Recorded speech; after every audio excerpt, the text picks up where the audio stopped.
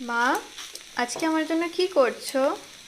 আজকে তোর জন্য সব রকম সবজি দিয়ে ওটস বানিয়ে দিচ্ছি। বাহ, দেখতে তো খুব কালারফুল হয়েছে। সব রকম সবজি দিয়েছি, টমেটো, তারপরে গাজর, তারপরে বিনস, ফুলকপি, মটরশুঁটি, ক্যাপসিকাম, সব রকম দিয়েছি। বেশ টেস্টি লাগছে খেতে। আজ তো পুরো টেস্টি লাঞ্চ। লাগছে খেতে, এখনো খাসিনি তো, তাহলে কি করে মানে বুঝবি? টেস্ট, মানে ওই মানে দেখেই দেখে বোঝা মনে যায়। হচ্ছে টেস্টি হ্যাঁ, হয়েছে।